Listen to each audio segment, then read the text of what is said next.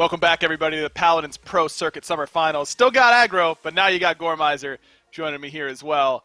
Gore, a big win for Team Project in the first set of the day, but as we get ready for the second set, this one's going to be an all-European showdown, Celestial up against District 69. I think it's really fun that we ended up having the two European teams go up against each other this early on, just because this has been something that we've gotten to see a few times. I'm actually really excited to see it because Celestial had kind of a big upswing in the latter half of the first phase. And that's going to be a key for them to see if they can continue it here in the Summer Finals. By the way, let us know how you're watching the Summer Finals. For Blau, excuse me if I'm mispronouncing your name, but even though you've got no pet, we do forgive you because that looks like a beautiful place to be watching the Summer Finals. Looks like you're enjoying some nice weather as well. So thank you to Blau for sending in your tweet. As always, you can tweet us at Paladins Pro and use the hashtag PPC in order to show us how you are watching the Paladins Pro Circuit Summer Finals and how you're going to watch what could be a very, very close set here, Gore, because of these two having such familiarity with one another. Yeah. I think the big storyline that we're going to have all weekend long is which team from which region is doing the best, which little meta that each region seems to develop is going to end up being the most successful. Well, that's not really the question here. This is pretty straight up, just which team is better right now between District 69 and Celestial. Let's start with what we've got on the side of District 69 because they have some names that I'm pretty familiar with. Guerra, Fasheko. Those are guys that I've seen around the Paladins side for a long time. But this team top to bottom has been pretty strong this year. Yeah, that's the biggest thing. You know, the rough patch they had, you know, you look at them throughout Phase 1, they have, I think, 8 total map losses throughout all of it. I think they dropped 1 set this entire time.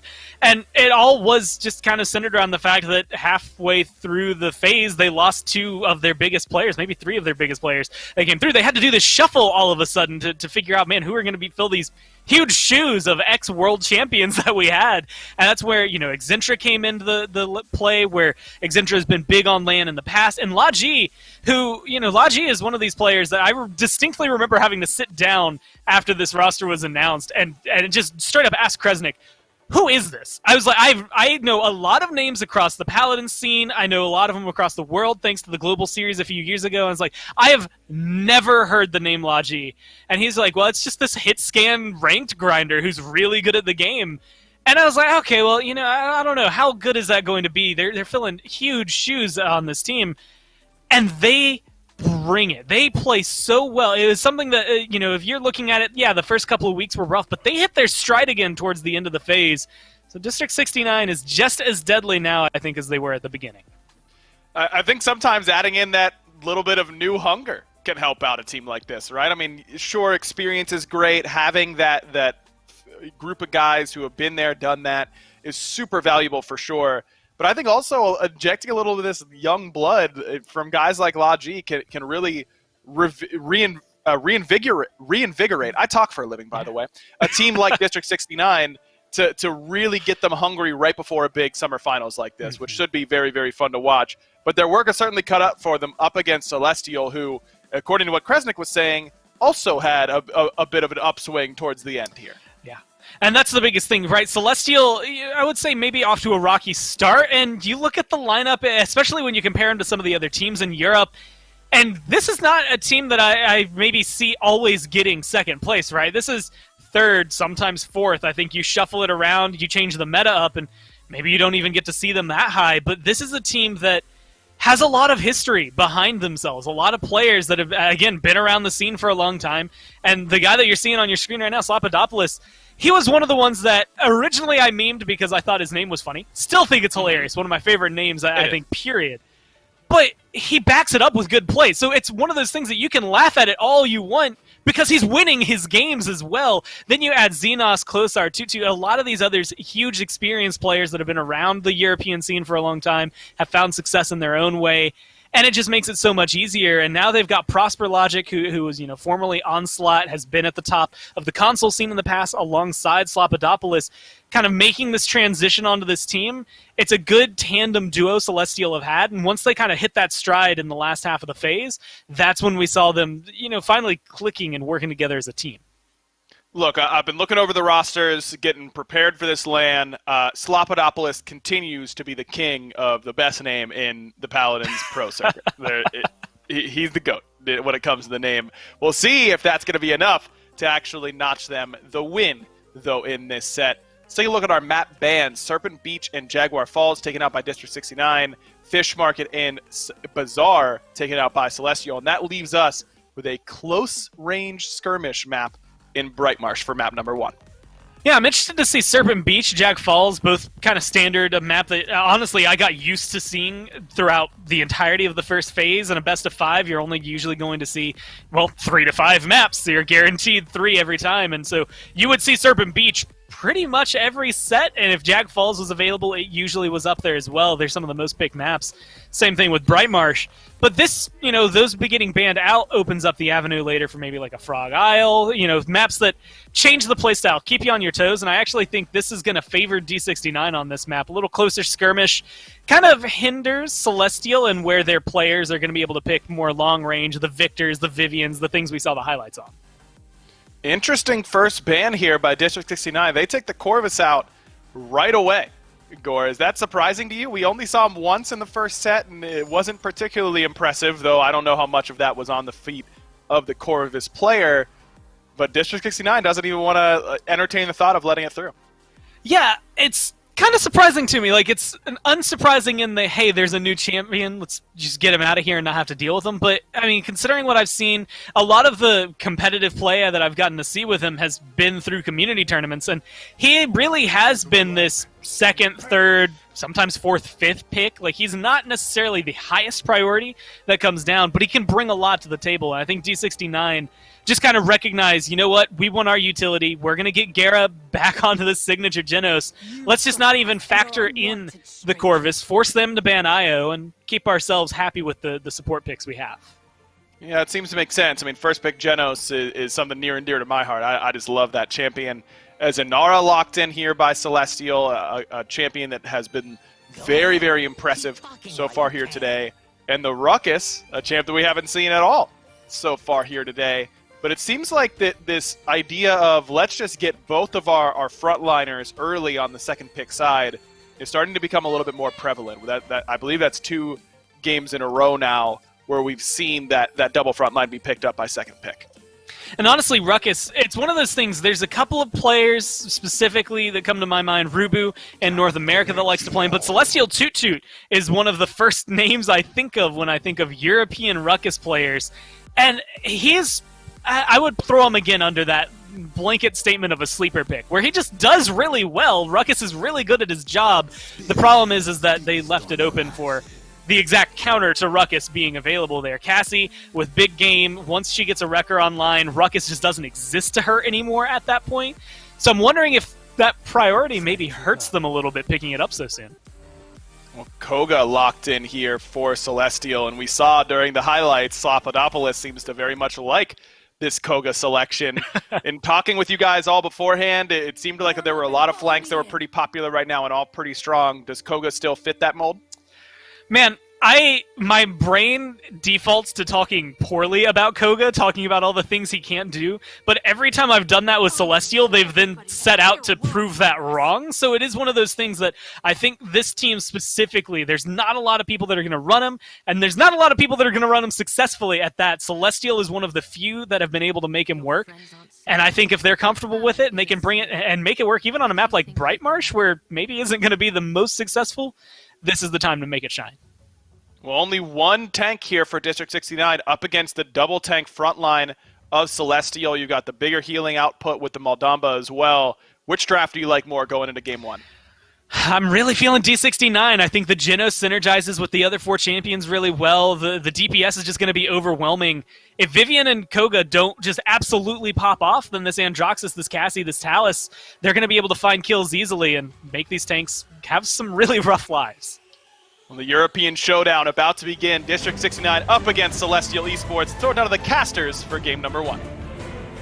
Thanks, Aggro. Been great having you here in Paladin so far. As we move on to Brightmarsh for this European battle, as he so eloquently laid out here for us. It'll be Finch and Kresnik as we move on to Brightmarsh here for this one. Corvus, once again, will not be allowed, but that doesn't mean we won't have some exciting picks. How do you expect for Celestial to fare here up against, I don't know, it feels like kind of a mobile comp here for D69 with this Ashe solo tanking? Depends on how far back they can keep the backline of Celestial. They're all sitting in the tree right now with the Ruckus in the way, and I think that's the way to do it, right? You don't let anyone peek forward, but if Slop walks in like that, you can't give up a kill that easily. It's going to be tough. Exentra finds the first kill, and Slop is already removed. Celestial got a little bit of percent, but this is what Toot Toot had picked this Ruckus to do, to use that mobility to get up top, find a nice kill on the Fish Echo, and try and buy a little bit of space.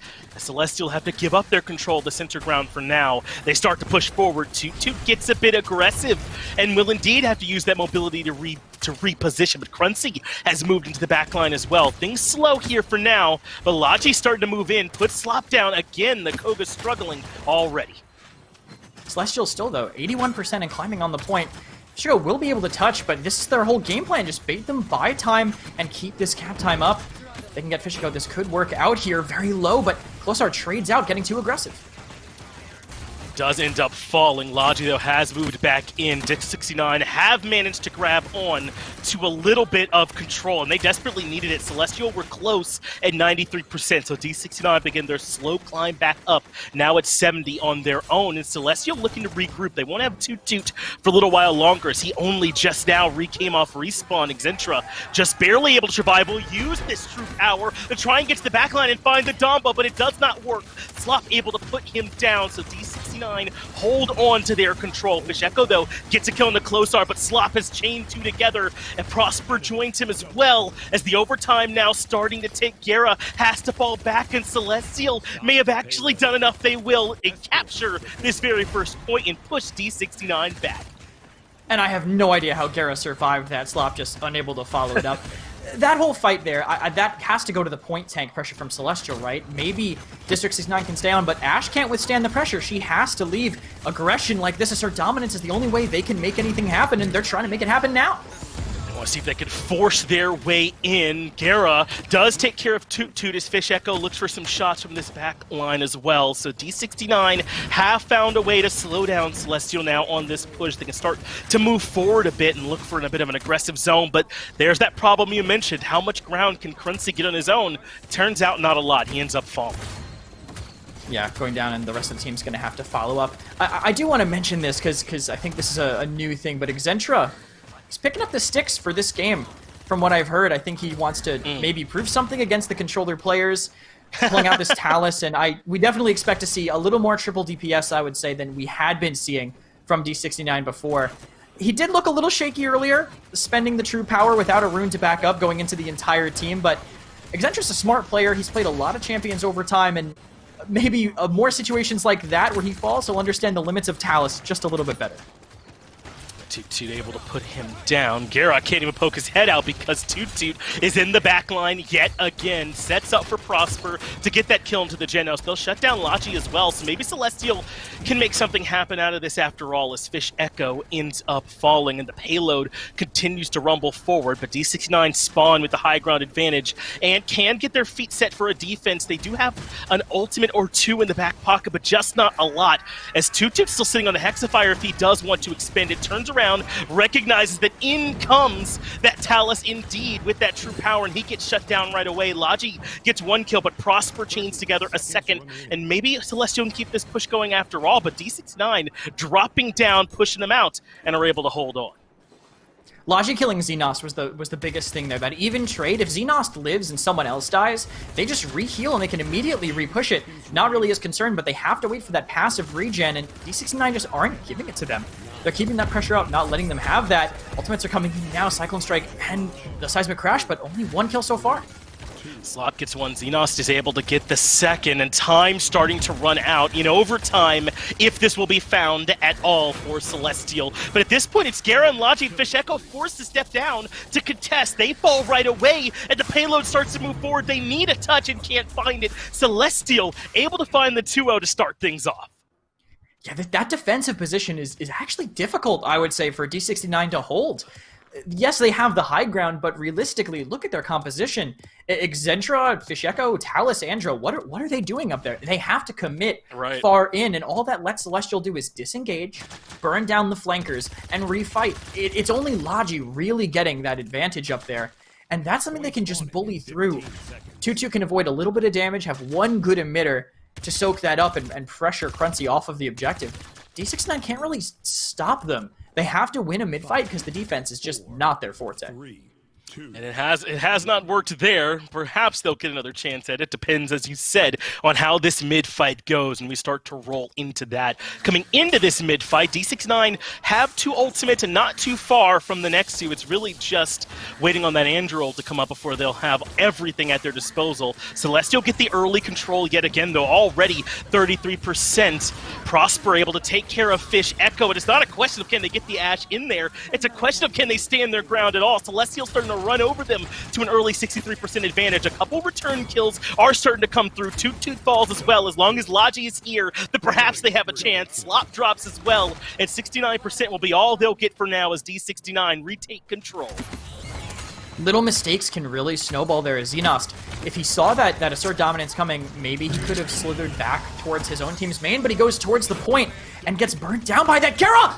Triple time and space in the far right side. They weren't ready for it. This retake, this point, it's firmly in D69's favor.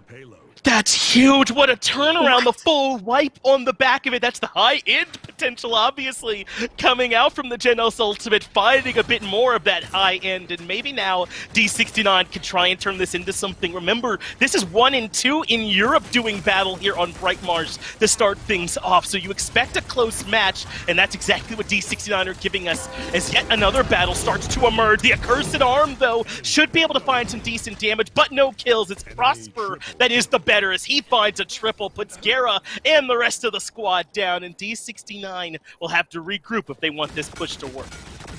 I gotta say, that's the worst feeling. Spending an Accursed Arm, firing it at a huge group of people, and you just hear the of hitting a Vivian shield. Of all the things your giant AoE ultimate can do, you just hit a Vivian shield, and they're just all firing at you. For now, hopefully they can come back from that. They have time to recharge the ult, so wasting it, not the worst thing. Good pressure from the Talus early. They know they have to be aggressive, and they're already forcing Toot and Prosper out. Toot does manage to get back to that Domba, though, and find some heals, but this is the ground being retaken now by D69, who need it. And Logi catches out Slop. Good roll, able to find that kill. Not too bad for him, and getting aggressive now is Fish Echo, able to find the kill into Prosper. Logic. All of this is to try and set up for them to find their push. They're punishing Celestial as they give up some ground and look for another defensive positioning, but they'll respawn back in front and still be able to play some defense. Certainly not the end of the world, but a nice little fight here for D69 to get them back in the position to start pushing. The Seismic Crash, the ultimate, it was actually a great peel opportunity for Closar, but I think he held on to it a little bit too long. As the fight was going, the team started getting burnt down on the side. He throws the Seismic Crash through the window. It's a crack shot. It's fantastic for keeping them all locked down, but only Xenost is there just using the Spitting Cobra, doing 400 damage at a time. He has to go down. In levels like this, you have to coordinate your ultimates with your team. If you're not doing that, that's what you're going to end up with. Just barely any damage being done, and disadvantage for Celestial. Well, just about everyone's ultimates up here. Sentinel just now used, and here comes the Accursed Arm, so it looks like District 69 do want this. A double from Fish Echo from on high, as he's able to take down Prosper and Slop in the backline. Toot cannot make his way to the Genos. He falls as well, and D69, their gamble looks like it'll pay off as they start to push the payload in even further from the high ground. Prosper is able to take care of Logi, and the payload just inches away, does get slowed down, so maybe Celestial can hold on. Prosper does put down Logi, and remember, some ultimates were used from D69, so they want this conversion, but starting to look like it might not able to happen. Celestial hold on, find the defense, and push D69 back. They were so close to getting it, but Cyclone Strike from Slop really just pushes it further away, unable to make up for that. That pressure in the back line from Cruncy really was what sold it there. Having everyone turn around to deal with the Ashe, and Cruncy's just screaming for Gera surely to toss it over there into the window room, guaranteeing it. I mean, that's the kind of synergy you need. If you can just call a location and your Genos player is good enough to just go, oh yeah, through these walls, through this entire map in this exact position, got it. or maybe just yelling ult on top of me. It's hard to tell how they wanted to set it up, but that's knowledge that's helping D69 get through this. This is the highest pressure game they've played all year, and they're still able to set up plays like that. It's big, but this is why falling down 2-0 can be so difficult. Even when you win the mid-fight, you're down 3-1 when you can't find the conversion. So Celestial, with that opening kill from Prosper, take down Fish Echo. There's the ult from Gera, and that does bring Toot Toot down lower. Xentra gets the backline to make it at least a 1-for-1 trade, but Celestial, again, get off to such a huge percent lead. Prosper gets rid of Logi, who did take care of Closars without the Inara. They're relying largely on this Ruckus, but Prosper still controlling the center as Fish Echo is able to take care of Toot Toot. Now Prosper finally has to move out, and D69 get control. They start to build up some percent, but you remember they absolutely need this one as Prosper goes down. They can't afford to lose another fight here. And they had a great dive up top, right? The true power with the Ashe syncing up, but a seismic crash will peel off Frenzy, and D69, they're in deep, they're getting cap time, but they have to get out if they want to keep it held. And how long can they hold on now that they have lost this Ashe? It is going to be the respawn, but just like that, Fish Echo and Xentra able to get a couple kills. Closar, though, moves back in, and now there's a Nara that's in the way. Fish Echo is able to find the kill into Prosper, but being hunted by Xenos, not enough for the kill as they regroup. But Closar finishes the job. Fish Echo will indeed end up falling, and Xenos survives the dive in the backline, so Celestial can hold on. Toot Toot moves in, but loses the battle up against Xentra, so maybe D69 can find that retake after all, but it's so difficult to move this entrenched Inara. Logi doing his best with the damage from range, but Celestial are able to hold on, and they will capture Brightmarsh. Gera's so close there at the end, but when you send Cruncy over just to stop Toot Toot, now he goes down, and suddenly, who's touching the point? When you have a comp like that, you have to have that stuff set up so far in advance, and they just didn't. They ended up kind of lost at the end, even with the wall coming up. It falls to Gera at 200 HP with still DPS alive in the back. I don't think they were ready for them to lose the mid-fights. They had to fight that point a little bit harder. The Inara just completely flipped that fight on their head. That's a great point, right? I doubt you're picking that solo tank to be on the defensive that often, which is exactly the situation they found themselves in here, Kresnik. So it certainly puts them on the back foot right out of the gate. A Celestial looking good, but D69 are certainly a strong enough team to find a way to bounce back. So I'll get it back over to Aggro and Gore on the desk to have them break it down a bit more. Thank you, Finch and Kresnik. An impressive performance from Celestial Esports to take game number 1. Goremizer, despite Gera having a fantastic 3-man Geno snipe, that was really the only momentum that District 69 was able to muster all game long. Yeah, and it makes sense for Gera to be able to do that. Only one person has ever done it better, and it was him, just at a different time in his Paladins career, to be able to find a snipe like that. But being able to find those, again, it's how often can you rely on it? How regularly are you going to be able to find those? It's a huge swing in their favor, but I just think it comes down to maybe a little bit of Prosper, maybe a little bit of Slap, but I think a lot of Toot Toot in there as well, just causing trouble for them. Again, the slash lines maybe aren't even the prettiest for either squad. No one did exceedingly well, but Prosper's 12, 8, and 13 showed how safe he was, and I think that safety kind of encapsulates what Celestial were bringing. They didn't feel a lot of pressure on the point. Closar and Prosper were able to kind of flourish because of it, and maybe it cost Slop and Toots a couple more deaths than they would have liked, but it didn't matter because at the end of the day, they're walking away with the W. 100,000 plus damage there for Prosper Logic, and 140,000 plus healing for Xenos on that Maldamba. And that's kind of what we were talking about during the picks and bans, was that these double frontline with the high healing throughput of the Maldamba might be the answer to all this damage that District 69 had drafted, and it turned out to really be the difference maker.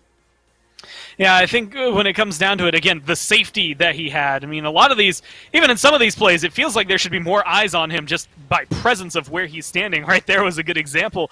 But, I mean, being able to get this aggressive for Prosper, staying as safe as he was, sometimes maybe not being the highest priority for D69, made it a lot easier to just sit there and continually pelt damage. And trust me, an unchecked Vivian is going to run over 100k every single time. She's going to run over you and your team. So you have to pay attention to her, even if she doesn't feel like the most imminent threat. That Vivian certainly problematic there for District 69. And as we move into Stone Keep, you have to wonder what they're going to be able to do in order to stop that from happening, because they already drafted a whole lot of damage. there, Gore, and a pretty good amount of dive as well. The great mobility they had between the Cassie and the Talus. I mean, those are the types of picks that I feel like should be able to get into that back line, but they just weren't able to on Brightmarsh. And they're going to have to figure that out going into Stonekeep, because some of the things that they just played on Brightmarsh maybe don't translate 1-to-1 to Stonekeep. But when I'm looking at Ruckus, Inara, Vivian, honestly, Maldamba, 4/5 of it worked pretty well here, and I'm sure they could swing a Koga and try to make it work as well. So Celestial definitely still on that vein and avenue of being able to make this map their conversation. Well, Io the first ban, and that's kind of expected. She did get through once the last time in the first set of the day, but did not do particularly well, worth noting, but maybe a bit of counter-picking was the idea there. Is Victor taken away by District 69? That's kind of one of the two big hit scan, aim down sight characters that you expect to see between Victor and Vivian. So District 69 certainly respecting that type of damage that Celestial was putting out.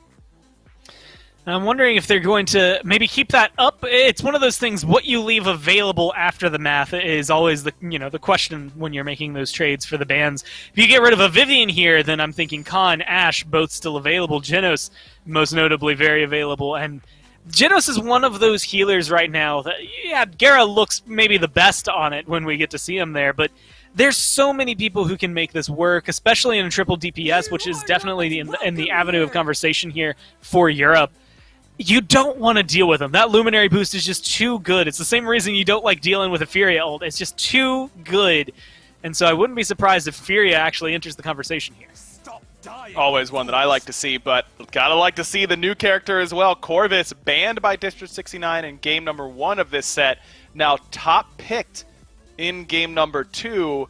I believe, no, this was not the map where we saw Corvus last time around. That was on Ice Mines where we actually saw him come out. But a bit of a different look for him here. Corvus pretty early. How do you think he fares on Stonekeep? Man, I think he could do really well here. I mean, it's part of the reason I think that is... No, it's Majesty's Archive. That's his backdrop there. I thought it was Stonekeep. Either way, this is a map that works out pretty well for him. I think his ult is going to be great, but any map where you have to heal through walls, this is something that Grover does well here. It's something Genos can do well here. It makes it a little easier for you as the support player to be able to just mark people wherever they are. The problem is going to be, I think, setup. There's not a lot of places here that maybe scream loudly as the easy ult for a Corvus to maybe set his team up. It's going to be point fights. It's going to be, around the courtyard at the end of a push. I think he can do a lot. I'm excited to see what they can do in D69's hands. Another Ruckus pickup here for D69, so we'll see... Or excuse me, a Ruckus pickup this time for D69 and not for Celestial, kind of taking it away from the other side, trying to get some momentum for themselves, but no second frontliner with it quite yet. The Bomb King pickup, and now you're looking for D69 to use that last pick as a pretty flexible slot, whether they want some more frontline or want some more damage. They're going to probably react to whatever Celestial's doing here. I honestly like where D69 are, though. They've got a healer up front. They can either choose to grab a second healer and maybe make Ruckus do kind of the prominent tanking of this, or they can just run it with Corvus and maybe even grab either an extra DPS. They could grab a Barrack here for someone who can stand on the point. It's a very flexible last pick for them. Just kind of depends on their style. And since it is EU versus EU, changing it up like this is kind of what you need, because Celestial, they get a Strix, they get a Vivian, they get 2 big hit scan plus the Maeve. It's just going to make things very difficult for the backline here on D69. Well, District 69 feeling like they needed more damage themselves, and they pick up that Cassie here to round out their draft. And only one tank on both sides, but Inara, kind of the premier stand on the point and impossible to dislodge sort of pick. Yeah. Do you think that District 69 went the right direction by going more damage with their final selection? This is 2 fields of thought, right? Celestial Esports are playing kind of a standard composition. You get a Nara with Maldamba. It's going to be a tank that you can't kill with a healer that's really good behind her. And D69 have 4 guys that are just going to kill you dead real fast if they get things going well. So they really just want to overwhelm you with the damage here.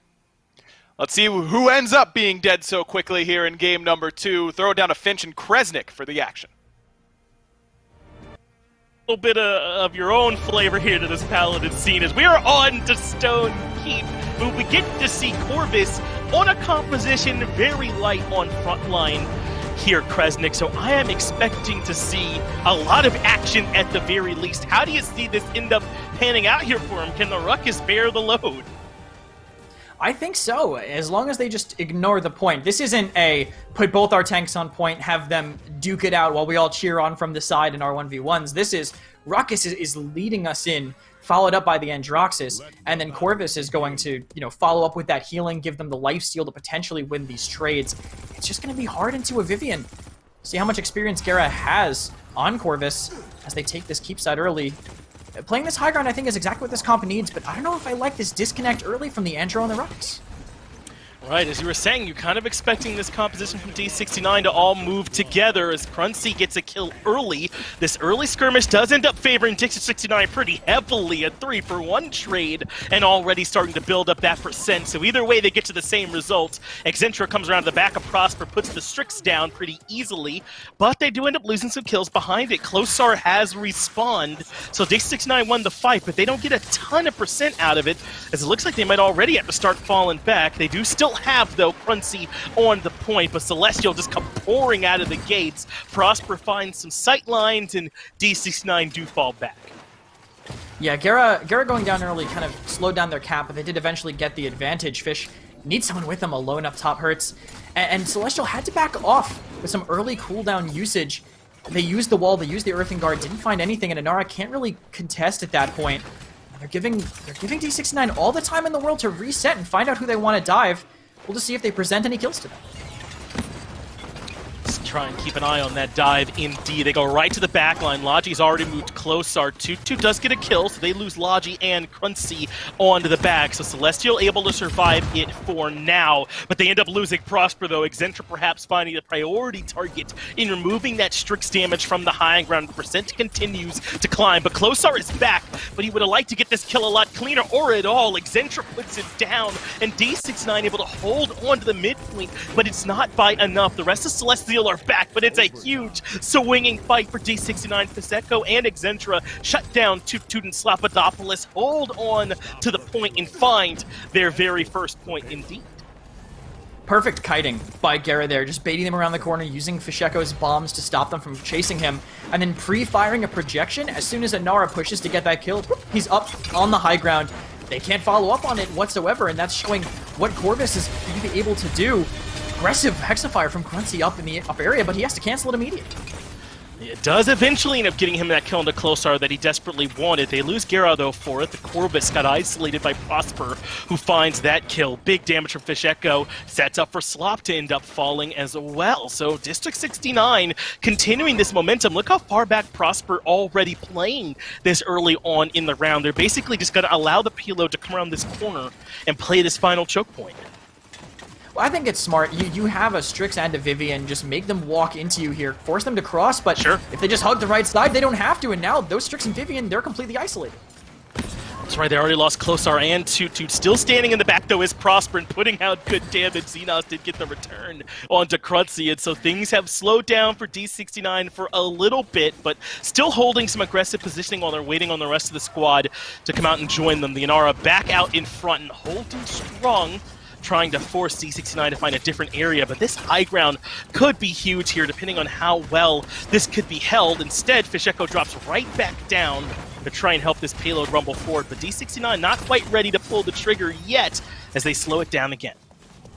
Having Ruckus instead of Ashe is going to really hinder their ability to push that upper area. Ruckus, he'll have to use all of his cooldowns, and he won't be able to be immune at the end of it like Ashe might be able to, so under is where they're going to have to play, and you can see them already stacking down here, and if Toot extends a little bit too far, they might not be able to follow up on it.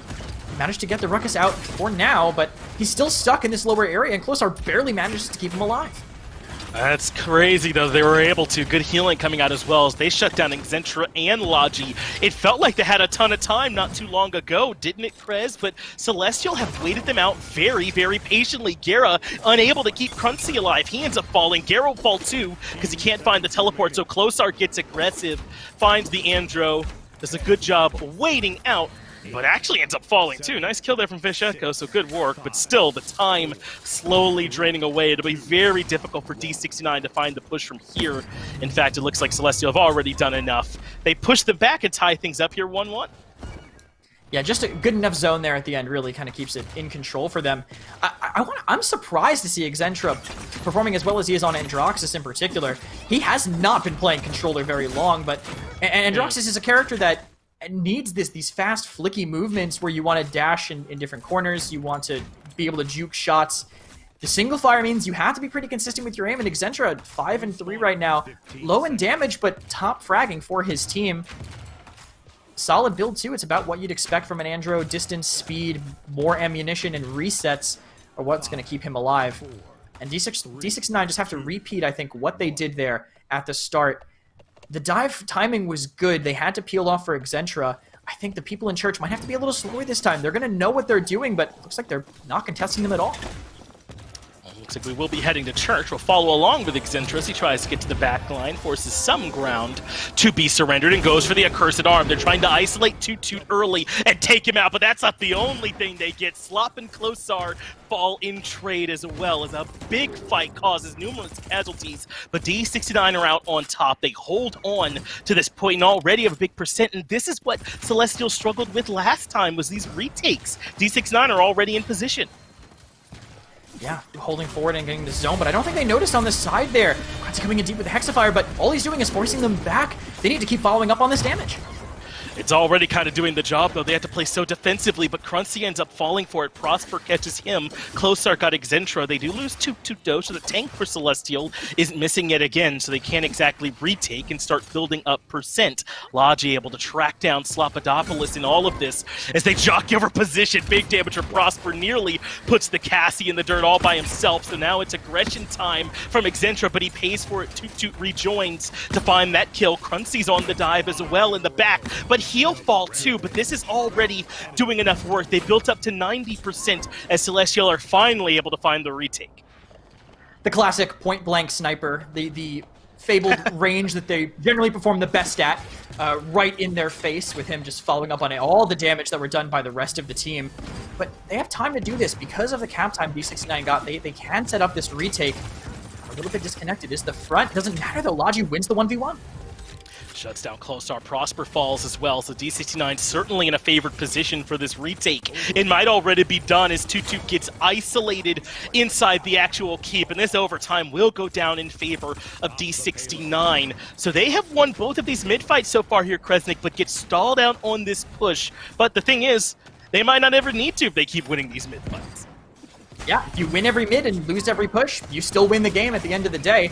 Be nice to just end it faster, avoid that late game caught 3, Haven 3 potential, but they might be the ones wanting it with Vivian Strix on the other side. I think the setup for this is solid so far. They are spending an ultimate, but not able to really burn through the Inara's health bar just yet. We've seen Disky69 be very liberal with some of these ultimates. The Hexafire and the Accursed Arms in particular have been relatively free firing, as again, they're able to get the payload relatively far for free early, but Celestial happy to hold on to these longer sight lines now that they're at this final arch and just hold that instead as Celestial push them out a little bit more. Exentra can't quite find that last bit of damage, so he expends the dash and moves in. Can't find the last shot either, but everyone's heads turn to look at him as Prosper and Toot able to find a couple kills. A couple in return to come through from D69, but the defense should still hold. Huge healing there, actually, onto Toot when he was backing up from fire. The fact that they were able to keep him alive is unreal through all that damage that was coming in. And a great position right now from D69 if they can just get some damage up top, but it's so hard for them to actually walk through.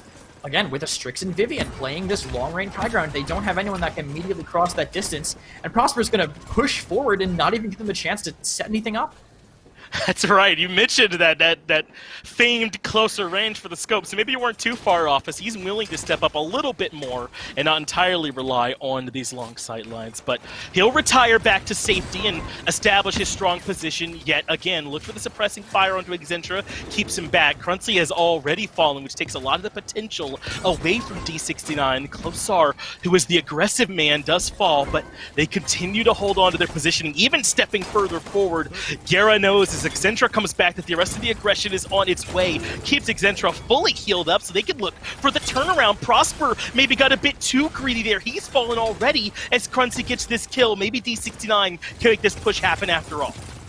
When you're struggling to break through to get to the backline, just wait till the backline comes to you, I guess, with Prosper walking in. They lose Exentra for it, but they're keeping people alive, and they're still putting out all this damage. They just have to deal with this Vivian.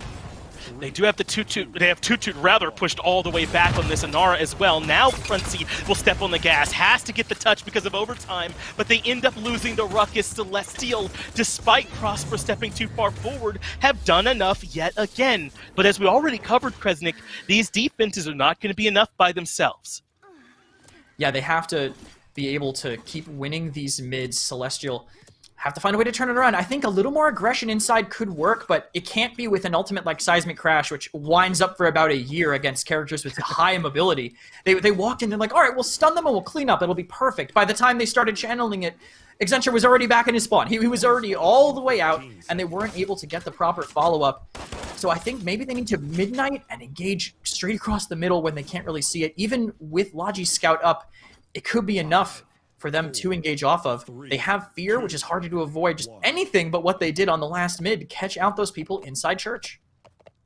They ended up losing, what, maybe 2 fights and giving it 90% sort of as the result. So maybe Celestial could find something cleaner. Prosper hits a couple of critical early shots, but it's Cruncy who is relentless, puts Prosper down early. Logi falls on the other side, but here's Fish Echo looking for the King Bomb, trying to get to the back line. Does end up exploding, but fighting very little. In fact, he will fall for it as Exentra does take care of Closar, but a big grouping from Celestial in the back line. And I think that's why we see Gara drop the ult. It sets up a triple for Exentra as he cleans up the back line, and D69 yet again establish mid-control. The great aggression at the start helped significantly, and Prosper again walking into this banana area all the way up in front of a comp that can just walk at him and punish him. If he doesn't hit quick scope headshots, he's going to go down, and I don't know why he's taking that risk. Closar gets chipped off in the backline as well. Cruncy takes care of Closar, Xenost falls as well, and it's really no contest over the midpoint this time. D69 looking dominant as they come out quickly. A lot of it is on the back of this dive from Cruncy, but the problem is the dive from Cruncy doesn't translate as well to this second part of the game when they have to get aggressive to find these conversions. It just doesn't work at all at this point in the game, Right. unless Prosper continues to be playing no-scope, quick, like point-blank range all the time. They're never going to be able to break through it with Slav and Prosper both playing that defensive line. If they can just keep holding back and baiting the members of Celestial in, let that impatience be their downfall, they just need to find a way to get them both to do it at once, and it seems like Slav is perfectly content with sitting up here and firing into an empty choke point. That's just the Vivian way, I guess. Yeah, maybe that's why Prosper's felt a little bit more comfortable stepping forward, because he knows Sloth is staying at home. At least he has so far. So yet again, Celestial do not contest really the payload moving at all until it makes it to this final arch, so they can establish this defensive positioning. So D69 have the difficult task of figuring out how to try and crack this base. But as you mentioned, as long as Salop and Prosper stay spread out, the task seems a little bit too tall for the D69 boys. You managed to kill Tutu though on the low ground, and they are spending ults to keep them in spawn, but they need to take space with this. They're just sitting back, finding someone in the backline and letting Prosper walk right back out. Finds the shot into the backline of Dagera. No way the Corvus can survive all that. Closar and Slop get in on the fun as well, just trying to poke their head around is that Cassie, but it's ill-advised. Celestial again hold on to their base and are able to keep D69 at bay. They do have a couple of ultimates coming back up. The Hexafire hasn't been great from Cruncy. It's really bought them ground more than kills, but maybe they can make that enough for them here as they try and find another push, starting to regroup right outside the arch. At this level, it can absolutely be enough, especially if you can just go up and get killed. Missiles in the backline, no fall helps them find that, and this Dread Serpent has to be huge for them to hold. It is enough for Splop to find one kill, but Cruncy gets the kill to Closar. Toot falls as well, so now the payload should start to rumble. Slop still has strong positioning to try and put in some damage, but D69 are trying to find the win here. They don't want to wait for the next mid-fight. The Hexafire shuts everybody out, and D69 answer back here on Stone Keep. Suddenly this set's tied up 1-1. That Hexafire at the end was perfect. When you can put it in a position where you can't be shot for free, but you can still lock down anybody trying to drop to the objective. Frozen Guard next to the point, Brightmarsh next to the point, or Stone Keep right under. They have to push you and take that damage to actually deal with you. When there's no tanks alive, you're going to get that cap for free. It ends up working really well for D69. It was just patience there from them, wasn't it? Because Celestial were giving up so much ground, and they kept steadily chipping away at it until, as you said, they were able to find that way to break through and find that cap. So with Brightmarsh and Stone Keep down, things are all tied up here, Kresnik. As we expected, it's close in EU as we get it back over to the desk. Thank you, Finch and Kresnik. A fun game to watch there on Stone Keep, both for myself and Chloe and Eclipse, who just sent us a tweet at Paladins Pro, with Eclipse having maybe a better seat in the house right now, but hopefully Chloe was able to look over the beautiful cat and find a big win here for District 69. Gormizer, I was a little bit concerned about whether or not the Ruckus alone would be able to frontline, but that was not a problem at all because it didn't feel like frontlining was really the answer there for District 69. Gruncy's consistently just getting into that back line and really causing havoc on those point fights in particular. And that's exactly what this comp was drafted to do, right? I mean, you don't draft a Ruckus as your main tank and think, yeah, okay, we're going to win against the Inara on the objective. You draft him because you know that you can send 1 to 2 people into the back line and just deal with, well, at that case, the sniper. Deal with anybody who is going to use this long range. If that's where Celestial are going to be able to take the fight, if that's what they're looking for, just shut it down at the source, and that's exactly what they went to do. And it ends up paying off because later on you end up in these perfect positions where you can drop that Hexafire to just make sure no one's going to be able to get there. And there were just so many moments where, well, if it's not Fisheko, it's Exentra. If it's not Exentra, it's going to be this Ruckus that jumps into the backline. Somebody consistently from District 69 was just jumping behind Celestial and locking them down before they could really fight back. And oftentimes these players were able to then get back to their Corvus and actually get a really good amount of healing. I was impressed with Guerra's performance on this Corvus. How did you see it? No, same. I think being able to bring him in, I've been very concerned with Corvus, especially at the very beginning of this, looking at him just in terms of whether or not his healing was going to be able to keep up. It's one of the same issues that I always have with Genos. Genos does not keep up with healing as well as, the likes of someone like Maldamba. But it seems like Corvus has fit perfectly into that slot. A lot of these players are bringing him in as a support and making him look just as good as if they were running someone else. I'm actually excited to see what his healing numbers will be because his damage, like his utility, his setup is going to be there, which makes him, I would argue, maybe the perfect support for Guerra, outside of Genos, which is, maybe just one of his favorites, period. So I think this is going to make it a lot easier for District 69 to shine, especially when, 40,000 difference, considering you're up against a Maldamba here, I'm not going to cut it against him. No, that's pretty good for the Corvus for sure. Just ever so slightly higher in the damage department as well, so you'd like to see that. You love to see this performance from Gruncy on this Ruckus. He was very impressive. Really, District 69 just looked pretty dominant that game, so we'll see if Splitstone Quarry will be the answer now for Celestial as they try and wrestle away control. As Finch said, man, I feel like this is to be expected. These teams have been playing against each other all year up until this point. They know each other very well. I came in expecting a pretty close set, and it looks like we're going to get it. And being able to showcase where their strengths are, right? You get a Koga on Brightmarsh, which, again, is one of those maps that theoretically it's one of the few that Koga could work. It's nice and close range for him. Now they know, hey, long range hit scan, it's what we can do best. Let's just go ahead and take it over here to Splitstone Quarry. The only issue I have with this is the fact that if you let 2 snipers through, Celestial, yeah, you can grab one, but I want to see Laji on the other, and I think that will make things a little different of a story for District 69, depending on how the rest of this goes. Well, I wonder if Celestial will end up taking one out here via the bans, but then you're worried a little bit, I think, about District 69 potentially taking the other one away and leaving you without a sniper, so they decide not to do that. Rom will be the ban, and this is exactly what Celestial banned in game number 2. If my memory serves me properly, Genos and Victor by District 69 right here. Is this the type of map where you want to prioritize getting your sniper? Is it worth first picking? It's really weird just because I want to say yes, but I also want to say no. I think this early on, especially with a lot of viable off-tanks, specifically this Ruckus because it is 2 European teams, that takes precedent to me. I think Ash Khan, in my mind, take precedent just because they are going to be able to give you a lot of control around the mid-fight itself. And also, there's a certain extent where, you know, a lot of the players prefer Strix, but Kinessa looks just as good. In fact, Kinessa has some headshot, one-shot potential if you're given the right combo. So I think District 69 and Celestial here playing it appropriately, pushing them down a little bit. Honestly, we might even see them forego it. We might see something come through. Victor has been very big, but since he's banned, Vivian can come into the equation. Cassie can be big here. And we don't see her a lot anymore, but Leon is just as viable here as she is on other maps.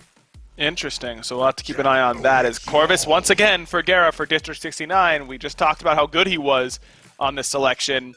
Don't see why you would take it away from him now. So he goes back to the newest champion to join the realm. Is Androxus picked up here by Celestial, something that can maybe get on top of that Corvus a little bit better. And then the Moldamba is a bit surprising to me here, Gore. I mean, you see District 69 already has their healer. Corvus doesn't seem like the type of healer that you necessarily want to bring that heavy healing again with Moldamba. I don't think his damage seems high enough. Are you surprised to see Moldamba picked so early here by Celestial? It feels, the first instinct I thought was, oh, there's an R on the other side. They're picking it to take it away, and maybe Corvus was going to get flexed onto a flank or something. But now I'm realizing, you know, I feel like Celestial just wanted to kind of hold on to the last two champion picks as long as they could, just to try and get a better feel for what D69 are bringing. Especially now that you see an Eevee's on the field, it changes your mind about some of the DPS that you're going to want to run. So it does maybe slow things down for you, whether or not they want to go for a Barrack and have this main point tank, if they want to maybe take a page out of District 69 book and just go for all-out damage. Moldamba doesn't necessarily facilitate that the same way, so I expect another tank here. Well, Strix is the damage, and they're hovering even more potential damage coming through. Maybe not another tank potentially, as Eevee is going to have her pick of the litter in terms of backliners to kill here. Strix, Andro, and Leon, all champions that she's going to have to contend with, but it's also a lot of damage. And Leon in particular against the Eevee, notoriously slippery champion. Yeah. Do you like this pickup, even though it isn't the frontliner you might be wanting, with Leon versus Eevee in particular? I'm worried about Celestial's fight on the mid-fight, like you're highlighting, but I think Leon, I mean, she's known as the anti-flank for a reason. I think she's going to make it very difficult for this Eevee to get back there and deal with the Strix, and I think Androxus is going to be able to apply pressure to Cassie and Vivian in ways that Eevee's not going to be able to take off this game. I think Celestial are risking their mid-fight to win somewhere else. They're going to win the side fight to then envelop everything else on the map, and if they can do that consistently, then they can take control. A critical Game 3 about to go down between Celestial Esports and District 69. Finch, bring us the action. And it's on to Splitstone we go for that critical Game 3 matchup between Celestial and District 69. Still Finch and Kresnik here on the call, and it's still a lack of frontline in this one, but it's Celestial this time who are going with that frontline light composition that's rounded out by the Ruckus. Do you think it'll work as well for them as it did for D69 here on Splitstone? I think it could. I think having the Strix Leon for follow-up, well, the Leon specifically for follow-up could help with those sight lines. Going to definitely not allow them to walk out because of the Strix being on high, but it really is how well Toot and Slop can sync up. You can already see them pushing the same side. If they can't get through this Eevee, if they can't stop getting poked out, it'll be a lot tougher, and Guerra already uses the projection to run away. And Klosar ended up falling as well on the opposite side. So that dive did not quite work for them. Toot is the one being aggressive this time on the Ruckus for Celestial, but they're already down so much in terms of percent. 57 built up for them off the back of that successful kill. And Logic really has played well here this set. I feel like we haven't quite given him enough credit as he looks to get more involved. Klosar falls early. Toot on the dive ends up getting stood up. Logi puts him down the roll into another one. A double kill. He ends up getting traded, but it's all D69 on this first fight as they already have capped the point. Taking Cassie that early when you know it's going to be solo tank Ruckus on the other side is super impactful. Cassie just shreds Ruckus to pieces. Used to be in some other metas, you're like, well, we can get Ruckus, he'd be amazing here, but if they have Cassie, we just kind of lose, and Logi's showing us why right now. Celestial, though, pushing back out, forcing Guerra down to the Quarry side. D69 again find the favorable trade. Toot, though, as you mentioned, does get rid of Guerra, so that makes things a little bit harder for D69 on the push, but not if they kill everybody else. Xenos, Toot, and Klosar all end up falling, and D69 keep right on rumbling, but now they come on to what is honestly the hardest part of this Splitstone push, the final bit. And Celestial should have a chance to reestablish some of their defense, but what answer do they have for all this damage from D69? They need to, I think, sync up their dives. Their dives are synced okay, but they need to be willing to line of sight the enemy as they go in. If you dive, get one kill, and trade everybody, that's not a one dive, but manage to pick people up on the side trying to set up for it. Small advantage on this defense. So finally, some small things start to favor Celestial. They'll take care of Logi here as well. So this should slow them down. Toot will establish himself a little bit of high ground and get a cleanup kill there onto Cruncy, so maybe they can start to push D69 a little bit further back and buy themselves some much-needed time here at this point. But that was the first time I feel like we saw their draft really get anything going. And this is the time they needed to do it. They needed to be able to retake this space because having this high ground above them will enable them to get pretty aggressive. They can drop down into the back and actually fight, or they could just catch Fisheko with a quick scope in the backline and play off that advantage. But it doesn't end up actually paying out quite the way they wanted to. Slop's still back here though, and maybe to cause a little bit of ruckus, but not getting as much as he'd have liked to out of the back of that accursed arm, but they still end up getting those kills. Logi, Gera, Cruncy, all of them end up falling, and this further disrupts that excellent push. Prosper steps on the gas and gets a couple more. Fisheko will end up with the delayed death as Closar cleans him up, and now looking pretty unlikely for D69 if they want to complete this push. Yeah, especially with Celestial up in this position. This is the closest to Serpent Beach that this map gets when the enemy team can just sit on the high ground and fight into the backline from you. That's done, actually. More impactful than we might think. It forced out the cooldowns early, and without overtime to contest there by Cruncy, Celestial will get this. District 69, if they want to win a mid-fight and keep it going, they can't let them get the set up there. And if they do, they have to bait them so far in that there's no way that they can get back out. This was part of how they turned it around after Gera went down. Only they had one person going for the kill. They had to drop the fight. Gera couldn't make it back in time, and Logi and Cruncy were able to just run straight through the middle and get that kill. They need to keep doing more damage to offset what Prosper's doing right now. 32k damage, 8 and 2 in the kill-death ratio. But I think they have a decent comp to do it. It's tough for him to duel into Fisheko, especially when he's rushing Haven this early. Yeah, headshot, I think, will now not one-shot him, so he has that to play off of at least, but 2 body shots, no matter what. If he doesn't get any healing in the middle, Fish can't live through Prosper hitting everything. Prosper continues to hit nearly everything, comes out to a good start already. Not much surprise, the Inara is already building up a little bit of percent for D69, 33 and counting as Prosper tries to deal with the dive that comes to him from the backline. But Toot is a good one to keep our eyes on for Celestial. He represents a lot of their dive potential. Exentra has already fallen as Prosper was able to find that snipe. No one was forcing him to keep his head down, so Toot starts to try and find this dive, is able to find where they're entrenched and help remove Logi with a little bit of help from Closar. So Celestial are able to find the retake, and Toot will even start to push a little bit, but he will pay for that quite quickly. 216 enough HP for him to stay standing. So Celestial here to try and look for another fight. I love the strategy from Celestial. They just go, wrap around their high ground, force them in, make them walk further into the quarry, and Prosper just takes a cross angle. Catches them as they go, but managed to walk back in, and this Hexifier in the wide open won't be able to do too much. Toot has to disengage. They'll have to do it twice, it feels like now, as the Sonora now closer back out to reestablishing that mid-control. Gera able to keep some healing going to the rest of D69 to look for the dive, but Slopodopolis has answered it. Gera goes up to look for the ultimate. That does shut down Toot. They needed that kill. Now they can turn back and help the mid-fight, and they're winning there as well, too. D69, these mid-fights are continuing to be dominant there from them, but Slop and Prosper are back out to look for a little bit more control. They've already shut down Fish Echo, and Prosper point blank puts down Cruncy as well, so Celestial able to handle that initial surge from D69. A Strix that knows he's going to get pressured can just turn it around completely, and Celestial, the timing of that fight was really what had it for them. The fact that there was no chance for D69 to come back in because of them getting that win strong at the start. Now D69 to break out, they have to spend ultimates. Seismic Crash manages to get them early on.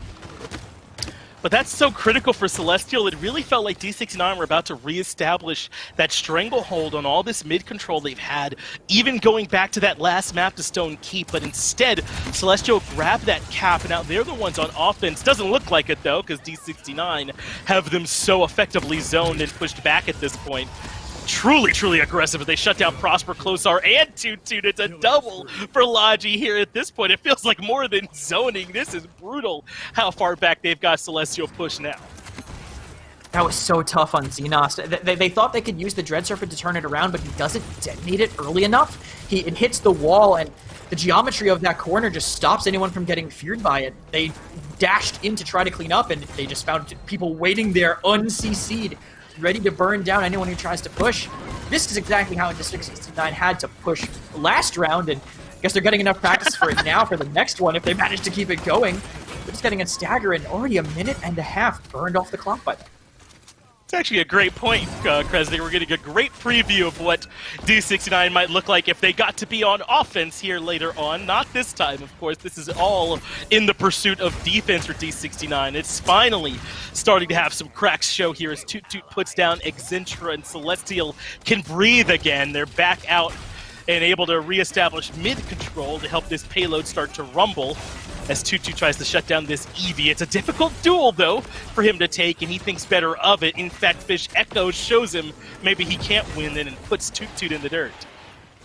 Eevee getting pocketed by the second mark from Corvus is going to be so hard to go through. She has all that lifesteal. She's getting all the healing that's going on to the other targets because of that mark being left on her. Finally goes down because of the lack of range on the Corvus heal. As Celestial might be able to keep this pushing forward. The high ground push, you get forced back, but the members of District 9, they keep walking in one by one and going down. They're going to let this cart go all the way around one of the best defensive corners in the game for free. That's true. A lot of the times we see pushes stall even here. Now, obviously, they still have a great defensive position coming up later, but you wouldn't want to make things any harder on yourself and allow for any miracles to happen. This entire push, though, will have to happen in overtime from this point on. Celestial and D69 both have all their ultimates, so it's a question of how much can you force your opponent to expend in this overtime. Way in the backline as Crunchy gets the kill onto Prosper, so D69 might actually be able to shut this down as Toot Toot tries to hold on to the payload, but Logi catches up to him, puts him down, recognizes where the Andro is, kills him as well, and that's all it takes for D69 to uproot this defense. Overtime for Celestial is so hard. They really need this enabler of the Ruckus to go in and actually be able to soak damage. When they don't have that, when Ruckus is just constricted to the point and can't make anything else happen, they can't turn heads. They can't live through what D69 have. The Vivian damage, the Cassie burst, Eevee not really being easy to pin down. They can't make anything happen at that point. The rest of D69 just walked away from the cart. They let it keep rolling and had so much time to go that they could just fight the back lane, win without that extra health pool being there, and then turn around and deal with Toot Toot. If he spends some cooldowns early, he just can't finish the kills up. Prosper Logic, he was the key, I think, to the last mid-fight, and he's going to be the key to this one if Celestial play the same way. Toot Toot and Slop going very aggressive on the left side to force them into sight lines, but it looks like Toot's playing on the right this time, and Prosper is trying to play on the flank. So Slop ends up getting pushed back right away. They won't get away with that same aggression here, but Prosper has shown he's not afraid to maybe get point blank. A lot of ultimates already expended by D69, whereas Celestial still have a few in the back pocket, but Gera shuts down Toot Toot early. Prosper ends up low too, but it's Slopatopolis that finds the kill in the Fish Echo, but D69 are racking up the percent already, 78% and counting. Prosper ends up throwing in the flash bomb, wants a bit more if he can find it. Headshot nearly able to take down the Cassie, but that should allow for a little bit more moving in for the rest of Celestial. 96% is there, but that's the kill feed light up they were looking for. Toot Toot gets the double, shuts down two members, and maybe Celestial can make something out of this mid-fight after all. Yeah, Physical Living, I think, is big. If he got staggered there, he wouldn't be able to have setups for retouches. They have a full timer to actually make this work, and a direct from long range, actually, will force them off the high ground. Just one shot, enough to retake that space, but Excentra overextends. He does. It's the Toot Toot Closar combination that ends up shutting him down, and Celestial now holding on to their percent. It's overtime being triggered here at this point, though, perhaps in favor of D69. The Accursed Arm coming out from Slop. They want to commit and try and find this right here and now. They shut down Crunchy, who was the Inara, trying to force the rest of D69 to come in and find a touch, but Celestial have done enough. They're now on top 3-2 and looking to close this out with a successful conversion. If only they had someone able to touch the point. Excentra was free-farming on that high ground, everyone on low. Toot Toot wants to stop that from happening, but misses the dash ever so slightly, stuck on the low ground, and D69, they can settle in this choke point. They have the marks on everybody. Just get them healed up as long as they can get line of sight. No, they trade out Cruncy, and they might have to back off of this space. It looks like they are considering falling back. They have given up that initial part of this defense. Celestial continue to roll right on forward, and D69 have to start falling back a bit more. So we'll get to see how Celestial's offense looks now when it gets to start from the beginning. Last time, D69 had them buried in their own base for almost the entirety of their offense. Now they'll have a minute 40 to work with. Sniping from the low ground, though, is going to make things harder for Prosper. It's not that easy to live down here when they get that space forward, so a lot of pressure on Slop and Toot, I think, to actually keep them slowed down there in his sight lines, and they managed to initiate the first kill. Taking care of Exentra's big. Logi falls as well, and Celestial have started to show where the cracks are. Tutu gets even further aggressive, forces the Corvus to blink all the way back, but he gets punished. Slop is there to clean it up. Closar gets the next kill, and suddenly Celestial are starting to make it rain here as they want to find this final conversion with a full minute in the bank here for them. Going to be a difficult defense here for D69. Not super impactful ultimates for Celestial, though, so District might be able to spend whatever they can right here. Immediate seismic crash finds Prosper immediately. You're exactly right. Taking care of Prosper and Slop should really slow this push down now for Celestial. In fact, Fish Echo started to see if maybe he can find a couple more kills. Thinks better of it, blinks back, but that did already eat away a lot of D16, or rather Celestial's time, as D69 are now entrenched the way they want to be for this defense. Yeah, and the booby trap there, the sensor drone able to catch Ruckus rotating out, so no surprises there. They know where they have to spam to catch him off of his mount early. Prosper's actually the most forward on his entire team. Seems like a risky play, but no one on District 9 wants to peek. They're just so scared of him if he were in the back, ready and waiting to scope him down.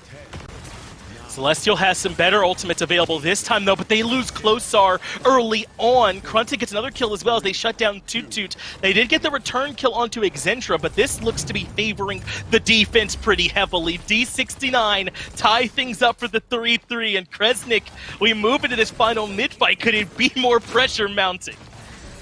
I don't think so, especially with District 9 potentially being able to get on match point if they win this next mid. One that they struggled the last two, but I think if they manage to lock down Prosper, he's been the key factor in all the fights for Celestial, either drawing aggro or letting Toot Toot and Slop force them right into the open for him, dying second least on his team, only less than his Moldamba, or more than his Moldamba, excuse me. They have to find a way to get onto him. Fisheko maybe playing a little more aggressive, let Exentra slow down the flank and let Fish just hunt for Prosper, but again, only Haven 2. If Prosper hits every shot, Fish just loses. He has to ice block one of the shots, or there's no way he's going to take down that massive backline burst damage. Slop goes aggressive again, but this time he's not met by early damage from Toot Toot. Toot Toot instead tries to go look for the Inara. Early Hexafire does get some decent damage out, but Toot Toot forced to retreat. It's 24% in the back pocket for D69, but Prosper has already put down Fish Echo. They trade out their frontliner, though, to set up for them to find that kill. And still, Slop is patient, waiting for his time, recognizes where his target is, and it's the Corvus, able to track him through the blink as well, and puts Garrett down. That's a big kill that Slop was able to find, but immediately gets punished as Logi and the Eevee were able to track him down. But D69 still the ones building up the percent. I think Prosper had a good position, but I think it's a misstep from them at the start. The whole thing is Prosper shoots them inside Quarry. He's sitting on top of the Quarry. He can't shoot down. No sightline means they can get away with whatever they want, but Celestial might be able to turn it around. They have managed to find two big kills. They pushed District 69 all the way back off the point, and the Accursed Arm is to lock down Toot Toot. It looks like the call from them is if they can get this kill onto the Inara to try and grab it. It doesn't show up there, but they're willing to commit to force Cruncy back out as the rest of Celestials start to build up some percent. Exentra gets the kill into Slop, though, as D69 begin their retake. Exentra pushing with Toot Toot, and they reclaim mid and start to rack up the percent once more.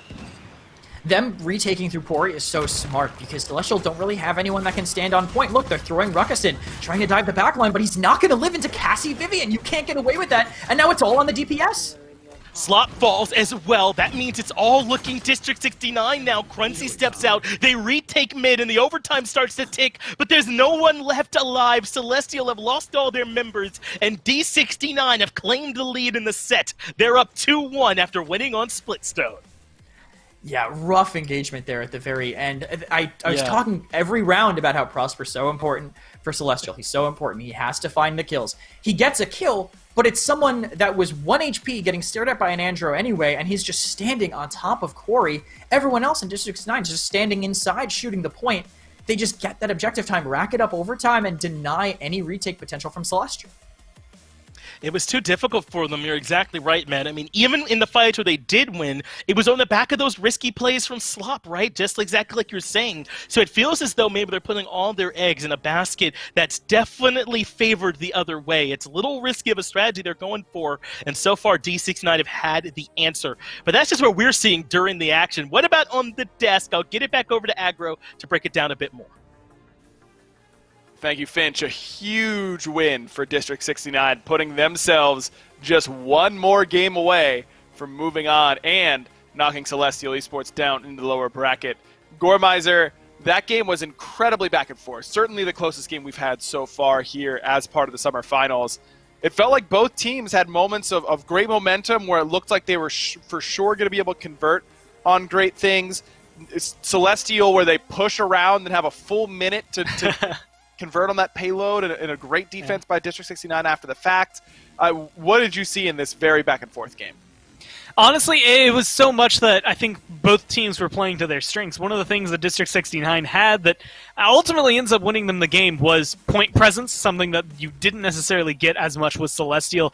And Celestial, you look at the rounds they're winning when they are successful, it almost entirely on their backline doing so well. I mean, you look at Prosper's slash line for this game, and it was phenomenal, but notice these moments where they are losing these fights. It's almost always going to be Laji. Maybe you'll see Fasheko getting into the backline and dealing with them the old-fashioned way. And it's just, if you're left as a Leon and as a Strix to, Prosper in the backline, pun, I guess, slightly intended on that one, it's going to be great for your team. You're going to flourish. But Celestial couldn't bank on that happening every single time. Even with some phenomenal plays, with Prosper Logic literally jumping down and just barrel stuffing people with a sniper rifle, there's only so much you can do when it comes down to losing point presence. Once Ruckus was off the board, especially in that last fight, it just didn't have much that you could hold up to him. Yeah, Toot dashing into the quarry, certainly into certain death, ends up sealing the victory for District 69. You mentioned the backline here for Celestial. 18 kills for Prosper Logic, 14 for Slop. But across the way, Xentra 15 and 12 on that Vivian. I'm expecting to see some massive damage numbers coming out there. La G with 12 kills, Fasheko with 13, and Gera again on this Corvus doing enough to keep up with the Maldamba. Look, I'm noticing a trend here. Maybe it's the 40,000 healing deficit. Granted, there's multiple reasons it could be that big, but I see 2 games where Gera's on Corvus. I see 2 wins for District 69. Now I'm going into this next game, I'm thinking, man, I think we ban Genos, and I think we ban Corvus. I think we try to limit the healer of all things, which it's weird because then he probably just goes to Furia and still has a great game. It's so difficult to try and cut him down. And I kind of like the idea behind this as well. Go to Ice Mines where you can maybe slow it down and isolate it, force him onto something a little different. But I think you're going to find that things aren't going to change too much, I think, for District 69. I think this is going to work very well for them on this map as well. Gera could easily switch over to something like a Grover, which is perfect for this map. It's just very difficult to figure out and isolate the issue that is causing Celestial trouble.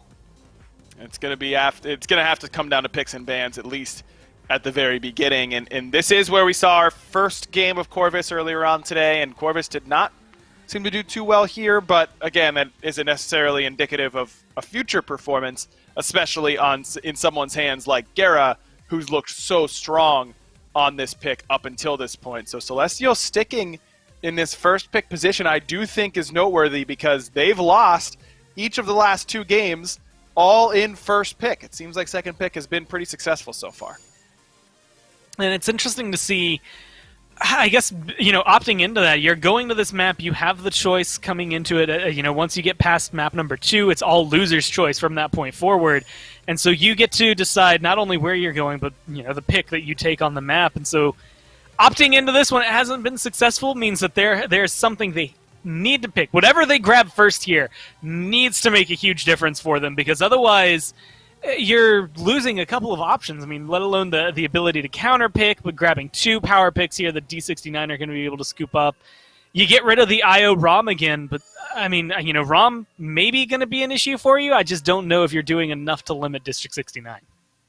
Yeah, I mean, it just seems to stand out to me where in our pre-LAN discussions, Kresnik, you, Dave, all were saying that feels like IO is the best character to play in competitive right now. It feels like IO is really determining games more than anybody else. And then to ban her in first pick, it's a little bit odd, right? I mean, don't you want the most powerful character, quote-unquote, on your side in that first pick slot?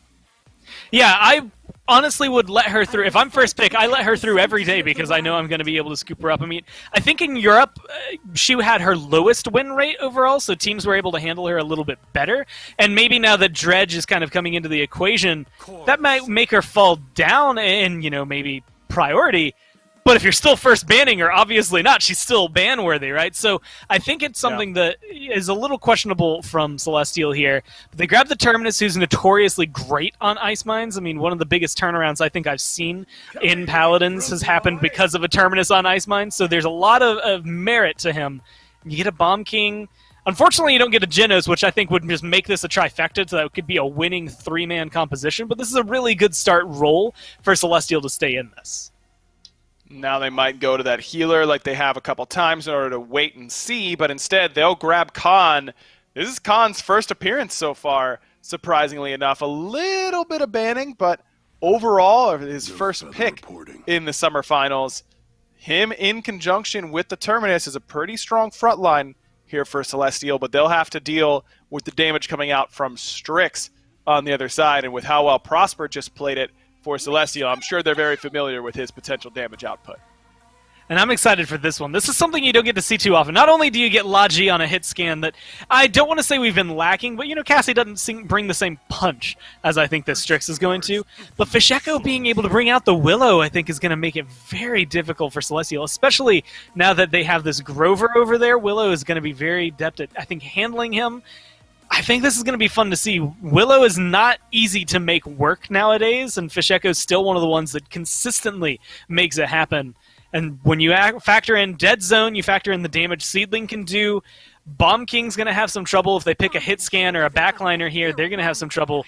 I think having to go for the Talus to stay aggressive, to stay kind of in the face of District 69 so that this Willow can't just shut them down alongside the Strix. Talus to round out the draft for Celestial. I was thinking maybe we might see that Vivian once again, something in order to try and bring some hit scan up against the Willow, but is Talus really enough? If you're worried about the Willow already, I don't know that Celestial's drafted the right counters for it. If Willow and Strix get separated, if you can isolate the Strix, which is to say, at any given point, you can ult Strix and he's alone, then you get a kill onto the backline, or worst case scenario, Faithlight gets popped and you need to chase down that Willow, Talus is going to be able to get up there and do so. Otherwise, It's going to be finding some trouble. I think a lot of this is going to work around his ult, but man, if you're looking at round 1, it's not going to go too well for Celestial. They're definitely looking for the endgame fights. Going to be a late game push here from Celestial, and they need it in order to keep their winners bracket hopes alive. Game 4, District 69 just one game away from moving on to play later on today. Let's throw it down to Finch and Kresnik to bring us the action. Well, can Ice Mines be the change in momentum that it often is here, Kresnik? That is the question that Celestial are asking, because after starting off well here this set, they have really struggled these last 2 maps to close things out. It has been all D69. How do you see this Ice Mines here turning out, especially when we're seeing a world where it's going to be just the NR on one side, but 2 tanks on the other? I think this could be the turn that Celestial need because of how these drafts ended up. I don't really like this triple backline that D69 are pulling out here. They're not really in a position to take any room. It's going to be Terminus and Bomb King owning the barn side, and Stage, they just have to wait for Term and Bomb King to walk all the way through, but looks like they don't even care about it at all. Not pushing the windows is going to let these backlines do whatever they want from the windows. That's right, Celestial are in the barn, but getting a bit shot up as they try to make their way through. So D69 get off to an early percent lead, but now that Terminus is doing his thing, sitting on the point and telling everyone else they have no choice to leave. Exentra is the one that's piloting the Strix that we saw played so well by Prosper last game. Can he get some of those same results as Prosper makes his way to the back line and could perhaps find some big damage? Immediately gets spotted out, though, and has to retreat. So far, been a longer fight than we're used to, as finally Logi finds the first blood, puts Closar and Toot down with a double, making a triple. Slop falls as well. D69 starting to light up that kill feed all of a sudden. They're going to keep this rolling as far as they can with another kill. Prosper getting staggered out, and he's their best potential for getting an overtime touch. They can dismount everybody. I don't know if they can get back in. Yeah, I'm with you, Krez. I think that might just be the mid-fight. D69 in one big sweeping moment, courtesy of Logi, might have already locked this one up. They take that first objective and now can start to keep right on rolling. But this is why you pick Ice Mines when you're behind. Sure, that first mid-fight might have went D69's way, but Celestial could certainly stall things out here. Yeah, agreed, especially considering it's Ice Mines and they have Term Bomb King. They could just lock down these choke points. I think Celestial have a chance to make the mid-fights work too. I just do not like how they approached that. They had who was poking at long range? Bomb King Talus? That's not really effective. They have to take that other side and not let them just rotate around them. Also pressure down Fasheko. Willow, underrated right now, but I think rated appropriately on this map, as she should be able to force them all the way back to mid. And it's working out for him. Fasheko gets that long-range clean-up kill on the slot. Prosper and Toot fall as well. And D69 might be able to finally get this push going. Celestial overstepped just a bit there on that zone and ends up collapsing. And so now this payload can get right to rumbling. But that is only the first of many gauntlets, it feels like, on finding that conversion on Ice Mine. Still no real need to panic yet for Celestial. Well, right now they could panic with their Terminus caught out, getting ult spent on him, but looks like everyone's moving back to deal with the Talus. That's going to keep Toot alive for now. Maybe wouldn't have otherwise without the little flank from below. But they're just going to back up. They have 3 backlines. They're going to walk into so much damage, and they're not ready for it. Closar, shout, bad timing, gets sniped immediately. Yeah, all the way in the back. Exentra has the scope ready and puts down Closar, but Prosper and Toot start to work together here, as you mentioned earlier, find 2 kills. Answered back by Fasheko, though, who's been able to find great damage on this Willow here so far. They've got this Terminus out and isolated, so we're able to shut him down, and as soon as they take care of here this Talus, if they're able to even, maybe they can get this payload moving yet again, as Celestial's starting to crumble just a little bit here on this defense. I want someone to tell me that Corvus isn't a good pocket healer after seeing that happen. He lives through a stun in front of everybody, the healing just enough, and will Faithlight in response to. Terminus can't handle this AoE pressure either. Slop ends up falling. Terminus is starting to buckle as well as D69 make it to what is often considered this final hurdle way at the back here of Ice Mines, and Prosper won't be here to make it even more difficult. Gera makes his way up to the high ground along with the rest of D69, and they've already got this Terminus feeling a bit low alongside that Con, so maybe they cannot be as comfortable here as they would like to be. Slop ends up falling, and D69 in overtime want to try and keep rumbling, but it's so difficult from here. Prosper gets the kill on the Logi, and as soon as one starts to fall, the offense can struggle here on Ice Mines. They are still losing people, but they forced out an overpower. That's almost a win. 3 ultimates off the table. Only King Bomb and Reanimate left. They're still trying to do it.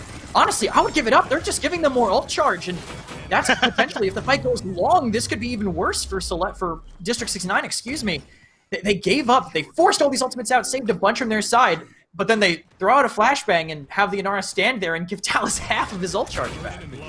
That's right, he's back up to 52% when he'd already had to use that true power a bit earlier. So maybe just a little bit there of a misplay, but a close set continues to be close as we're 1-1 here on Ice Mine. No big surprise. It's so difficult to find those conversions that can feel like, even though we were trending towards a bit more competitive, it's still a pretty slow map. Yeah, for sure. And I feel like for Celestial, I think Slop has to wake up a little bit. The fact that he's decent in damage, but 0 and 5. It is against triple backline, but he needs to sync up with Toot a little bit better. The Siphon has to be on him when he's getting engaged on. They have to get as deep as possible to force them to turn and enable Prosper even more. He's already doing a great job with the space that he's getting, and imagine if a Bomb King turn was walking all the way straight through to slow them down. Yeah, it's a good point. I feel like it has been...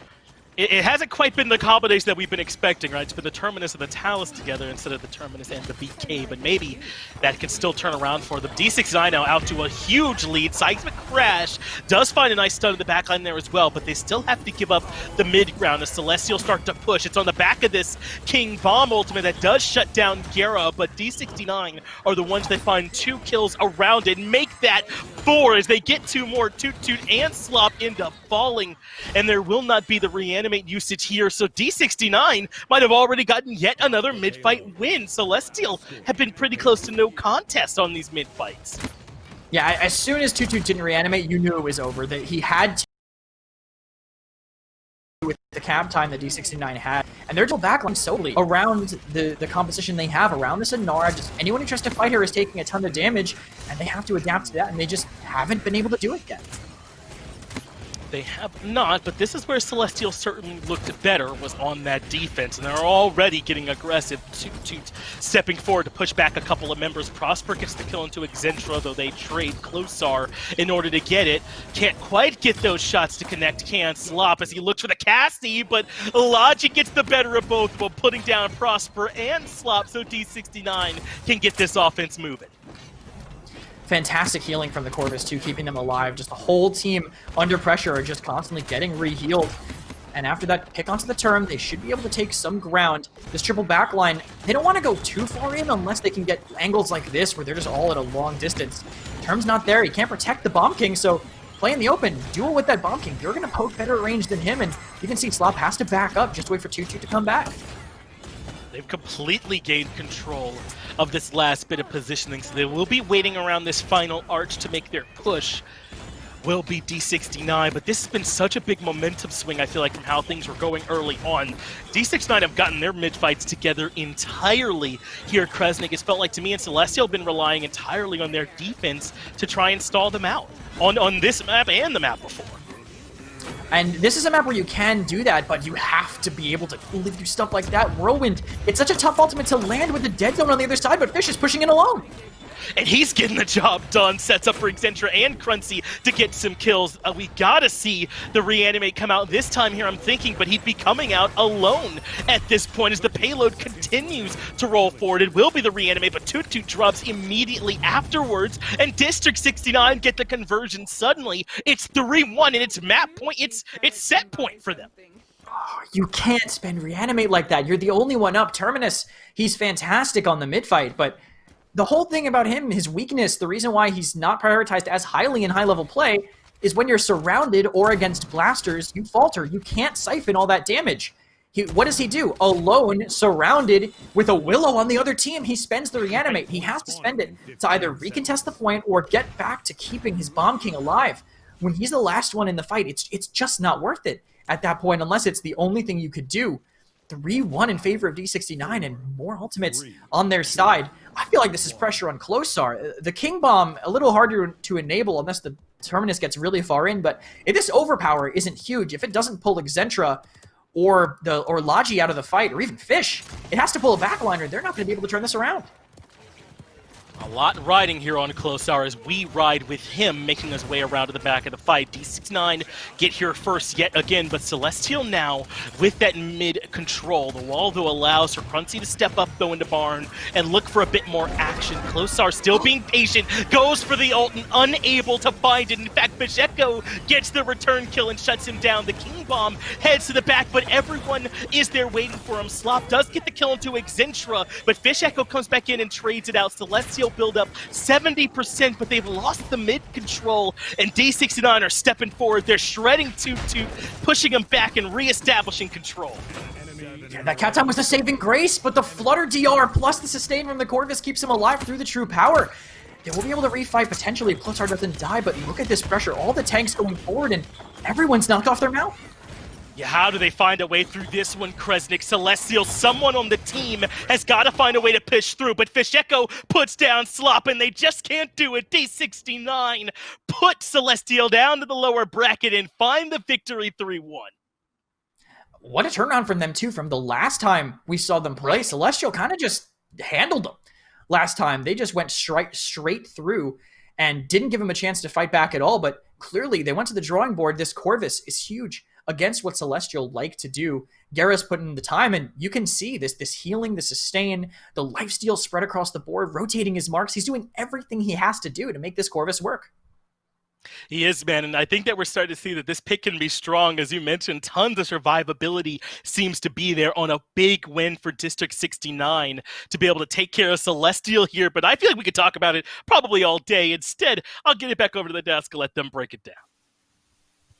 Thanks, Finch and Kresnik. District 69 managed to move on and punch their ticket into the 4th set of the day. And hopefully, you were somewhere nice and comfortable watching that set take place. I know Fawn was, because he's got to be comfortable and getting ready for casting. I believe he's on the very next set, but both he and, of course, Goku Black were ready to go and watching that. If you want to be involved in the broadcast, please make sure to tweet at us at Paladins Pro. Use the hashtag PPC. Show us how you are watching today's summer finals, because you've been in for a treat so far, especially if you were hoping to see some excellent Corvus play, Gormizer, because Gera continues to impress on that selection. It's not too surprising to find out that Gera, when given a new support, decides to just grind that support, figure out every way to make it work, and then, of course, be one of the first to showcase how great he can be in the right hands. And I think that works out well for him. I also think there's maybe something to be said. Ice Mines, that ain't what it used to be. You can't take teams here and hope for that 3-3 point fight anymore. It's not the slowdown map that it was originally, and I think this is maybe the emphatic statement that District 69 made. I mean, Fasheko went 13-1-12. This Willow, I should say, just got away quite literally with murder throughout all of this, and I don't know what you do about it. I think once Klosar missed that ult in the final round, like, that's just such an easy depiction of how well this Willow was able to go, because there was just nothing to shut her down consistently. Fasheko was a man on a mission, no doubt about it. He was absolutely incredible. The entirety of District 69 looks great here. And the first pick, Terminus, did a whole lot of nothing, Gormizer. I mean, we were asking if we liked the prioritization of Terminus instead of going for something like the IO, banning it away instead. That one was answered pretty much unequivocally with the performance there from Toot Toot. Certainly not his best day at the office. And something you can see here, it's not something that you often think of, at least in my mind, that Willow does best, but obviously blast damage is a huge part of this, but being able to play around the power siphon from the Terminus, the shield from the Khan, normally you give that credit to Bomb King because it's a little easier to make those shots happen that way, but there were a lot of moments where you just see Fasheko predicting what his opponent is going to do, and they get punished for it. I mean, if you're going to play in a way that he can say, hey, if I throw my seedling right there, you're either going to have to take damage from it or damage from me. You don't get any in between. He just gave him a lose-lose option, and because of that, he gets to go off really well. Again, with Gera playing Corvus at the level that he's playing, it makes it so much easier to just know you're sustained as a Willow, and so it makes it a lot more difficult for Celestial in that match. Well, that means that we know exactly what we're going to see the rest of today. We're going to play those upper semifinals right now. Parallax versus Team Project, Sanguine versus District 69. Those will be the two more matches we will see later on today. And I think Sanguine, I hope, was watching that set, because with the Corvus prioritization and that last Willow game right there for Fasheko, I think that could really change the way that whole set is played. Yeah, I think there's going to be a lot that D69 are going to bring. One of the biggest things I always love when we start getting more cross-region matchups, because when you admit it, like Brazil and they queue ranked, half the time they're going to get each other if they're queuing on the other servers. So I expect that you're going to see a little more crossover, more familiarity in that. But when you start to bring EU versus NA, or, I guess Eastern and Western hemispheres clashing, all of a sudden that conversation starts to change, because they are playing a different meta. They have different prioritizations, and they just play against different people than you. So it's going to be an interesting take, I think, for Sanguine and how they handle District 69. But first, we've got to see the matchup that we've got next. Parallax up against Team Project should be a very fun one. So make sure you go grab a drink real quick and be right back as we right back ourselves.